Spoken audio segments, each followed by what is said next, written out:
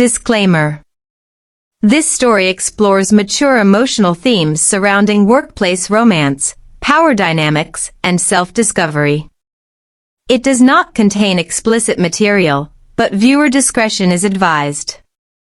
The office was quiet, save for the rhythmic tapping of my fingers against the keyboard.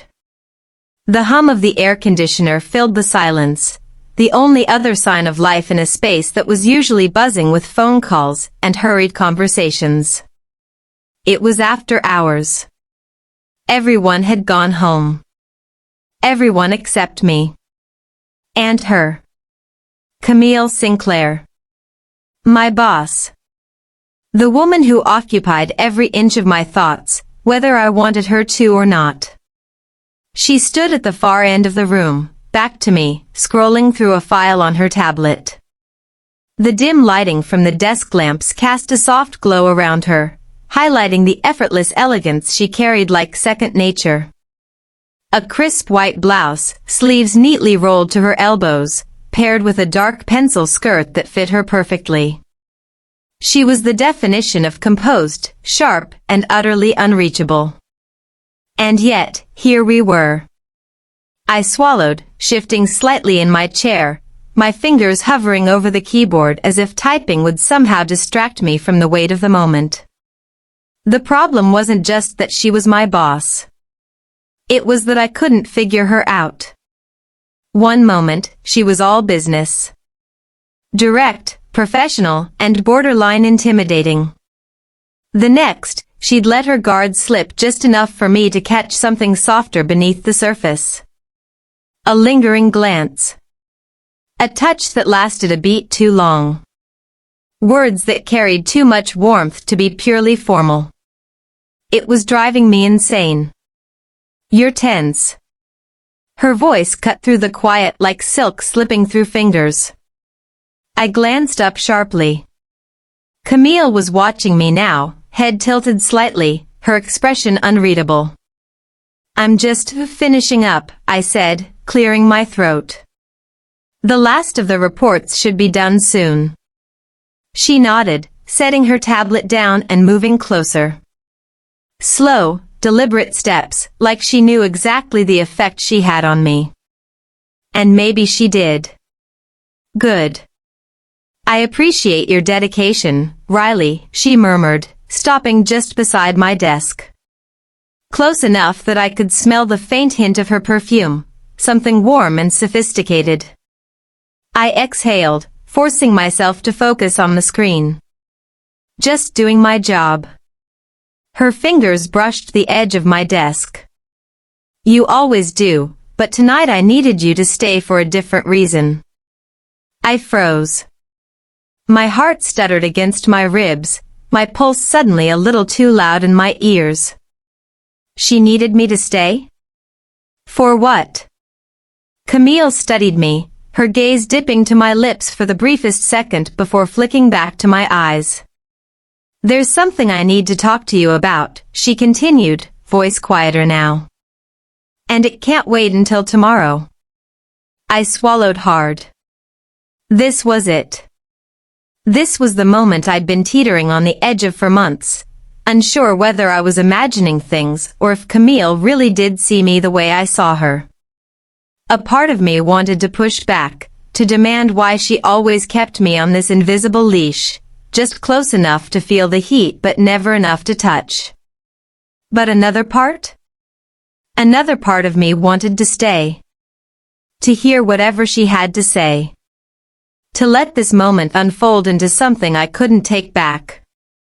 For a moment, all I could hear was the distant hum of the city outside, the occasional honk of a car breaking through the quiet. Inside, it was just the two of us, suspended in an invisible pole that neither of us had dared name. I forced a breath, my fingers clenching slightly against the desk. What is it, Camille? My voice was steady, but my pulse was anything but. She didn't answer immediately. Instead, she shifted, rounding my desk until she stood beside me, the faint scent of her perfume teasing the air. You've been here for almost 2 years now, she said, her voice measured like she was choosing each word carefully. I've watched you grow into your role. You're talented, driven, and I trust you. I blinked. This wasn't what I expected. Thank you? A soft chuckle escaped her lips, but there was something guarded about it. That wasn't a compliment. It was a confession. I turned in my chair, angling toward her. A confession? She looked down at me, a flicker of something unspoken crossing her features. Yes, because trust isn't something I give easily, and yet I find myself relying on you more than I should. There it was again. That edge in her voice, that almost admission. My stomach flipped, my throat tightening as I searched her face for something concrete. You say that like it's a bad thing.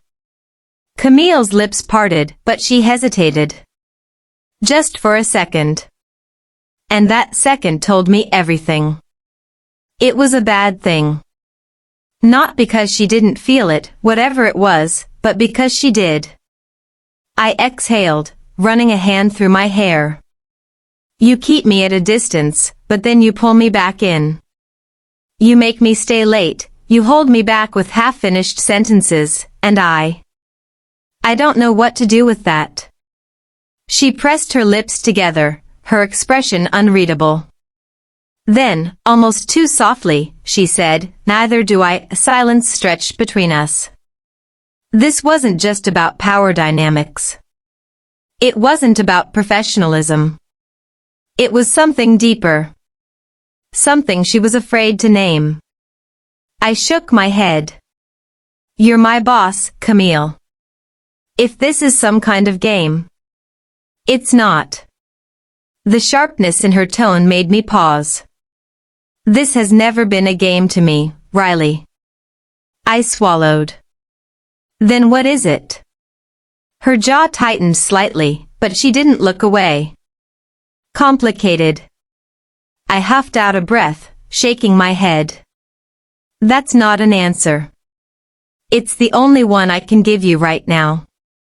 Something in my chest ached at that. I wanted to demand more, to press her until she admitted whatever it was that simmered between us. But I knew Camille. She didn't give anything away unless she was ready. And she wasn't ready. Not yet. I leaned back slightly, studying her, letting the silence settle. Then, before I could stop myself, I asked, is that why you called me in here? To tell me that you trust me too much? Her gaze flickered. No. I raised a brow. Then why? She hesitated, just for a fraction of a second before she reached into her desk drawer and pulled out a sleek, unmarked folder. She set it down in front of me. Because something's happening in this company. She murmured, her voice quieter now. Something I can't fix alone. My heart kicked against my ribs as I looked at the folder. Whatever was inside wasn't just about us anymore. This was bigger. And somehow, I was right in the middle of it. I stared at the folder in front of me, my fingers hovering over the edge of it. The weight of Camille's words lingered in the air between us. Something's happening in this company. Something I can't fix alone. I looked up at her, searching her face for something, anything, that would tell me what the hell I was about to open. But Camille was composed as ever, though the tension in her shoulders betrayed her. Slowly, I flipped it open. Inside were financial reports, email printouts, and documents marked confidential. The numbers didn't add up. Payments funneled into accounts that didn't exist on any official record. And the signatures? Some looked forged. Others. I inhaled sharply. Camille's name was on one of them. I lifted my eyes to hers, heart pounding. This looks like fraud. She finished quietly. And someone wants me to take the fall for it.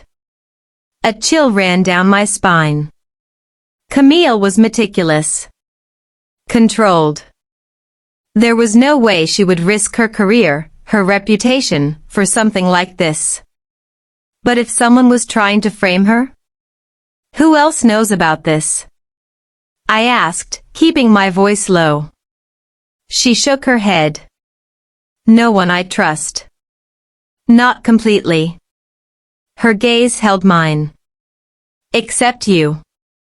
A strange warmth bloomed in my chest at those words, but I pushed it aside. This was bigger than us. I scanned the documents again, my mind racing. Do you have proof that you didn't sign these? A muscle in her jaw twitched. Not yet. I exhaled, closing the folder and gripping the edge of my desk. So that's why I'm here? You think I can help? Camille's lips parted. Hesitation flickering across her features. But when she spoke, her voice was softer. More vulnerable than I'd ever heard it. I didn't ask you to stay just for this, Riley. My pulse skipped. She stepped closer. Just enough that I could feel the warmth of her presence. I've spent months trying to keep my distance. To remind myself that you're my employee. That I have no right to want more. She let out a quiet, almost bitter laugh. But then I realized. I trust you in ways I don't trust anyone else. And I don't know if that's a mistake. My breath caught. It's not. The words were out before I could stop them. Before I could think about the consequences. But they hung in the air between us. Unshakable. Undeniable. For the first time, Camille looked uncertain. As if she was standing on the same edge I was. Unsure whether to take the step. And just when I thought she might. When I thought we both might. Her office phone buzzed, shattering the moment. She inhaled sharply and turned away. Pressing a hand to her forehead. Damn it. I glanced at the caller ID. Unknown number. Camille hesitated before reaching for the receiver. But something about the way her fingers hovered over it made my stomach twist. Camille. I said quietly. Don't answer it. She met my eyes, and for the first time I saw something I'd never seen in her before. Fear. Camille didn't move. Her fingers hovered over the phone, but she didn't pick it up. The office air felt thick. Heavy. Like something unseen was pressing in around us. The phone buzzed again. Unknown number. My pulse hammered. Camille. I repeated, firmer this time. Don't. Her jaw tightened. A war waged behind her eyes. Logic versus instinct. Control versus fear. But fear was winning. I saw it in the way her breathing had changed. The way her usually steady hands twitched just slightly. Then, as if making a decision she already hated, she pulled her hand back. The phone rang once more, then stopped. The silence that followed was deafening. I exhaled, only now realizing I'd been holding my breath. Camille turned to me, her mask of composure cracking at the edges. Whoever that was. She murmured. They know we're looking. A chill ran down my spine. Then we need to figure out who they are before they make their next move. She hesitated, rubbing her temple. It's not that simple, Riley. I pushed back from the desk, standing to face her fully. It is. Someone's trying to set you up. You have the evidence, or at least some of it. But we're running out of time. If they're watching you this closely, they're probably already covering their tracks. Her eyes darkened. I know. For the first time since this started, Camille looked vulnerable. Not the sharp, poised woman I was used to, but someone who had just realized how quickly control could slip through her fingers. I wanted to reach for her. Wanted to close the space between us. Reassure her that she didn't have to do this alone. But before I could act on that instinct, a sharp ping cut through the silence. Camille's phone. She grabbed it, her eyes scanning the screen. Then, just for a fraction of a second, her expression shifted. She turned the screen toward me. A single text message glowed against the darkness. Walk away, Camille. Before it's too late. My stomach twisted. They know we're together. Camille's grip on the phone tightened. They always knew. She didn't look at me when she said it, and somehow that was worse. Because if they always knew, that meant Camille had suspected something like this long before tonight. Before me. Before we ever stood in this office, towing the line between professional and something more. And yet, she had still let me in. The weight of that realization pressed against my chest. Tell me everything, I said quietly. Her gaze met mine, conflicted. Riley. No more half-truths, I cut in. No more complicated. If you want my help, if you trust me like you say you do, then tell me everything. For a long moment, Camille didn't move. Then, finally, she exhaled and whispered.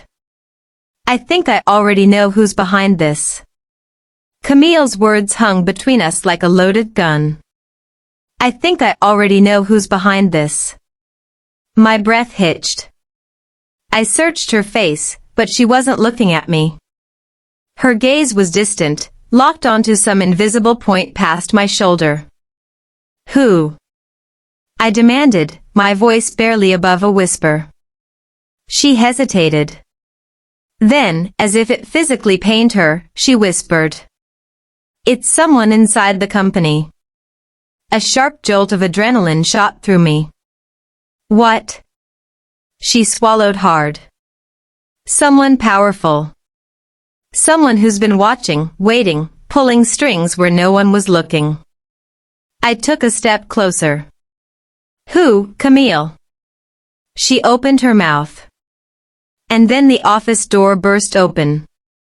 I spun, heart slamming into my ribs as a tall, broad-shouldered man strode inside like he owned the place.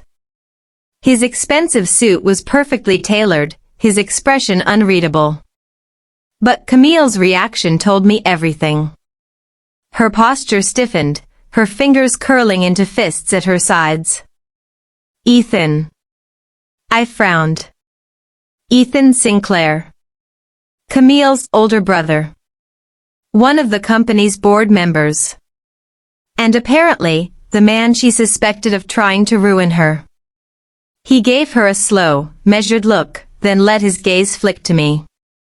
I thought I'd find you two here. My pulse pounded. Camille's fingers brushed against mine. So subtly, I wasn't sure if it was intentional or just instinct. But the contact sent a message. Stay calm. Follow my lead. Ethan's lips curled into something that wasn't quite a smile. I assume you've been digging. Camille's jaw tightened. What do you want? He exhaled, slipping his hands into his pockets like this was just another routine meeting. To warn you? His voice was almost bored, and that scared me more than anything. Warn me? Camille echoed, her tone sharp. Ethan's gaze darkened. You're in over your head, little sister. The way he said it. So condescending, so utterly certain, made my stomach twist. Camille squared her shoulders. If you think you can intimidate me, I don't need to. His gaze flicked to me again, and this time, something about his expression made my blood run cold. You've already given me all the leverage I need. My heart stopped. Camille stilled. What are you talking about? Ethan tilted his head, studying her. You really think you can keep it quiet? That no one would notice? He took a slow step forward, his voice dropping to something almost amused. Come on, Camille. The late nights, the favoritism, the way you look at her. The room went ice cold. Camille's breath hitched. My stomach dropped. He knew. Ethan's smirk widened, and when he spoke again, it wasn't a threat. It was a promise. This company will survive without you. His gaze flicked to me. But can she? Silence. Camille's fingers twitched at her sides, her body rigid with tension. Ethan had laid his trap, and we both knew it. If she fought back, he'd use me against her. If she stayed quiet, she lost everything. Not an option. I stepped forward before she could speak. You're bluffing, I said, keeping my voice steady.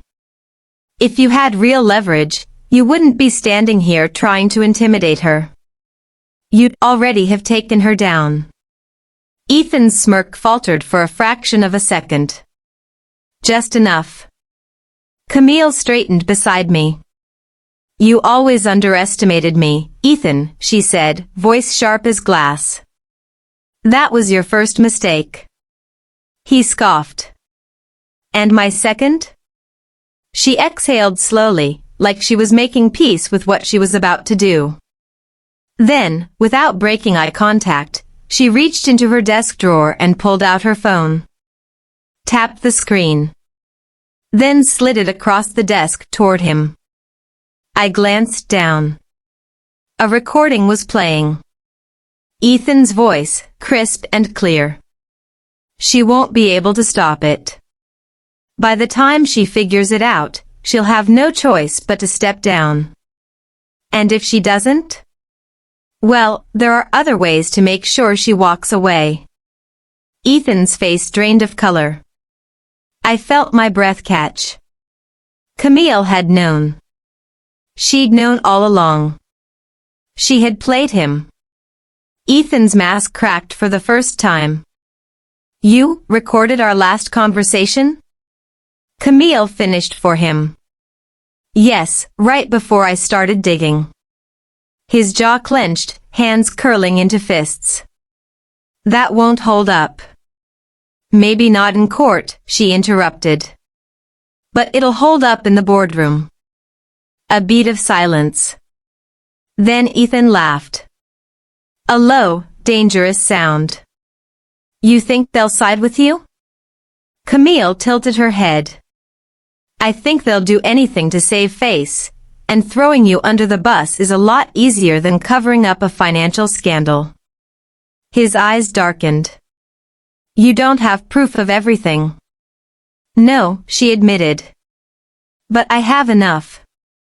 I watched as the power balance shifted. Camille had spent weeks, months, being careful. Staying one step behind so Ethan wouldn't see her coming. But now? Now she had stepped into the light. And he had nowhere to run. Ethan's gaze flicked to me one last time, full of something I couldn't quite place. But it wasn't over. Not yet. He adjusted his cufflinks, exhaling sharply. You'll regret this. Camille smiled, but there was no warmth in it. I doubt it. Ethan turned and strode out of the office without another word. The second the door clicked shut behind him, the tension in the room shattered. Camille sagged slightly, pressing her fingers to her temple. I stepped closer without thinking, my hand brushing hers. She exhaled, looking at me. You stayed. I squeezed her fingers. I always will. Camille exhaled slowly. Her fingers still lightly brushing against mine. The weight of everything, the lies, the manipulation, the risk, was finally beginning to settle. But as I looked at her, I saw something else beneath the exhaustion. Relief. It's over, I murmured. She let out a quiet laugh, shaking her head. Not quite, but it's close. The recording had been enough to corner Ethan, but we both knew men like him didn't go down without a fight. The board would meet in the morning. Camille would present her evidence. Ethan would scramble, make excuses, try to shift blame. But he had underestimated her. He had underestimated us. A silence stretched between us, but this time it wasn't heavy with fear or uncertainty. It was something different. Something warmer. You should go home, Riley. Camille said finally, though there was no real conviction in her voice. Get some rest. I tilted my head. And what about you? She sighed, running a hand through her hair. I'll stay a little longer. Go over everything again. I studied her carefully. Even now, after everything, she was still carrying this weight alone. Camille. I said her name softly, but with enough meaning that she looked up. I hesitated, then reached out, sliding my fingers over hers. A choice. A promise. She inhaled sharply, her eyes searching mine. Riley, if we do this. We're already doing this. I whispered. I don't care about the rules, the risks. I care about you. For a moment, I thought she might pull away. That she might give me another one of her well-rehearsed speeches about professionalism and boundaries. But instead, finally, she closed the space between us. Her lips brushed against mine, tentative at first, like she was still testing the waters of something she had wanted for far too long. Then, as I kissed her back, something inside both of us unraveled. It wasn't just about attraction. It was about trust. About every unspoken word that had passed between us over the months. About choosing each other, despite everything. When we finally broke apart, she rested her forehead against mine, a small, almost shy smile tugging at her lips. So much for keeping things uncomplicated. I grinned. Yeah, well, I don't think we were ever good at that. She chuckled, then her expression sobered. Stay? I squeezed her hand. Always. The fallout was swift. By the next morning, Ethan was forced to resign, his reputation in ruins. The board wasted no time distancing themselves from him. And Camille, with her usual grace, took the reins, ensuring that the company was back on stable ground. But that wasn't the real victory. The real victory was walking into work that Monday morning, seeing Camille across the office, and knowing that for the first time, there were no more barriers between us. We had won. In more ways than one. Did you enjoy the story? What kind of stories would you like to hear next? Let us know in the comments. Don't forget to like, subscribe, and hit the notification bell so you never miss an update.